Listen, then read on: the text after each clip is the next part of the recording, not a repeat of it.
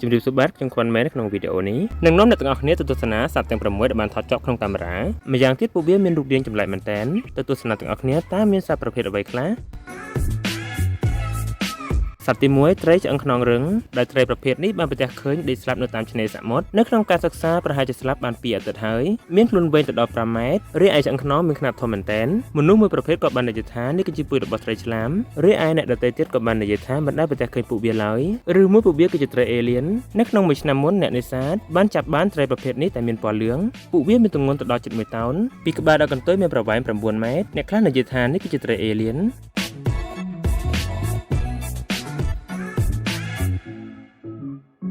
សត្វទី2មឹកឌីស្កូសត្វមឹកប្រភេទនេះមានភាពចម្លែកមែនទែនពីព្រោះតែពួកវាមានភ្លើងពីក្នុងខ្លួននៅពេលដែលហែលទឹកមានភ្លើងចេញពណ៌ក្រហមដោយប្រើម៉ាស៊ីនជ្រមុជទឹកក្នុងការថតដោយមានជម្រៅជិតដល់100ម៉ែត្រ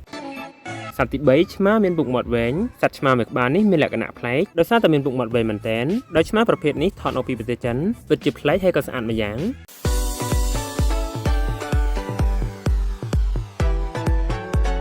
សត្វទី4ពីងពីងយក្សរឿងនេះបានកើតឡើងនៅប្រទេសរុស្ស៊ីនៅពេលដែលមានព្យុះខ្លាំងមែនទែនជនជាតិរុស្ស៊ីម្នាក់បាននិយាយថាគាត់បានឃើញសត្វចម្លែកមួយឡើងលើជញ្ជាំងអគារហើយក៏បានយកទូរស័ព្ទមកថតទុកគាត់បាននិយាយថាពួកវាគួរឲ្យខ្លាចមែនទែនទៅស្ដាប់សំឡេងនោះទាំងអស់គ្នា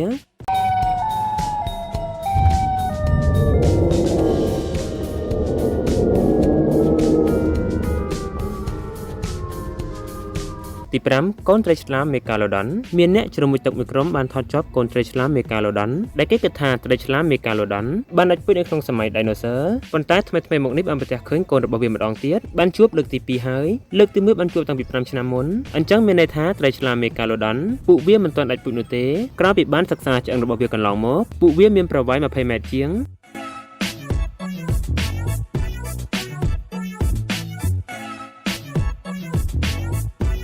សត្វទី6សត្វចម្លែកសត្វប្រភេទនេះបានដេកស្លាប់នៅតាមឆ្នេរសមុទ្រសត្វប្រភេទនេះគ្មានឈ្មោះនោះទេមានខ្លួនដូចជាជ្រូកព្រៃប៉ុន្តែមានច្រមុះដូចជាមនុស្សពួកវាប្រើជីវិតនៅលើគោកស៊ីសាច់ជាអាហារយ៉ាងម៉េចដែរសត្វទាំង6ប្រភេទនៅក្នុងវីដេអូនេះបើមានសម្ដីខុសឆ្គងកន្លែងណាសូមមេត្តាខន្តីអភ័យទោសសម្រាប់ថ្ងៃនេះខ្ញុំសូមអរគុណនិងសូមជម្រាបលាជួបគ្នាវីដេអូក្រោយទៀតសូមអរគុណ